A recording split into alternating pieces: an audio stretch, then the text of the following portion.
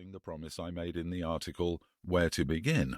Thus, in addition to apologizing for the delay, I must apologize for the numerous literary shortcomings of the pamphlet. I had to work in the greatest of haste, and was moreover frequently interrupted by other work.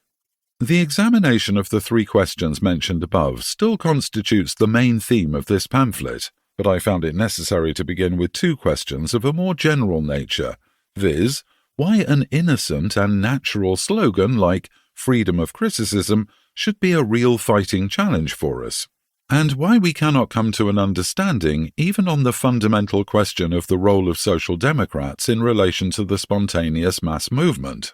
Further, the exposition of our views on the character and substance of political agitation developed into an explanation of the difference between a trade unionist policy and social democratic policy, while the exposition of our views on organizational tasks developed into an explanation of the difference between the amateurish methods which satisfy the economists and an organization of revolutionaries, which in our opinion is indispensable. Further, I advanced the plan for an all-Russian political newspaper, with all the more insistence because of the flimsiness of the objections raised against it, and because no real answer has been given to the question I raised in the article Where to Begin, as to how we can set to work from all sides simultaneously to erect the organization we need.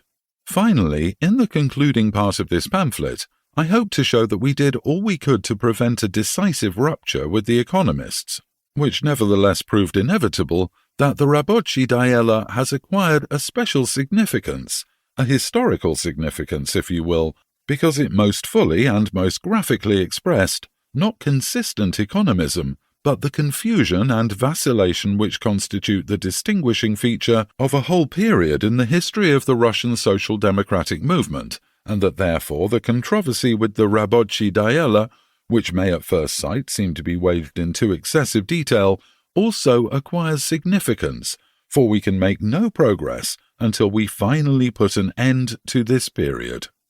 N. Lenin, February 1902. 1. Dogmatism and freedom of criticism. A. What is freedom of criticism? Freedom of criticism is undoubtedly the most fashionable slogan at the present time, and the one most frequently employed in the controversies between the socialists and democrats of all countries. At first sight, nothing would appear to be more strange than the solemn appeals by one of the parties to the dispute to freedom of criticism.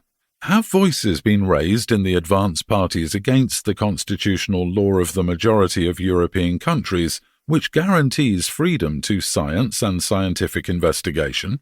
Something must be wrong here, will be the comment of the onlooker, who has not yet fully grasped the essence of the disagreements among the disputants, but has heard this fashionable slogan repeated at every crossroad. Evidently, this slogan is one of the conventional phrases which, like a nickname, becomes legitimized by use and becomes almost an appellative, he will conclude. In fact, it is no secret that 2 trends have taken shape in the present-day international social democracy. The fight between these trends now flares up in a bright flame and now dies down and smoulders under the ashes of imposing truce resolutions. What this new trend, which adopts a critical attitude towards obsolete dogmatic Marxism, represents, has with sufficient precision been stated by Bernstein and demonstrated by Millerand. Social democracy must change from a party of the social revolution into a democratic party of social reforms. Bernstein has surrounded this political demand with a whole battery of symmetrically arranged new arguments and reasonings.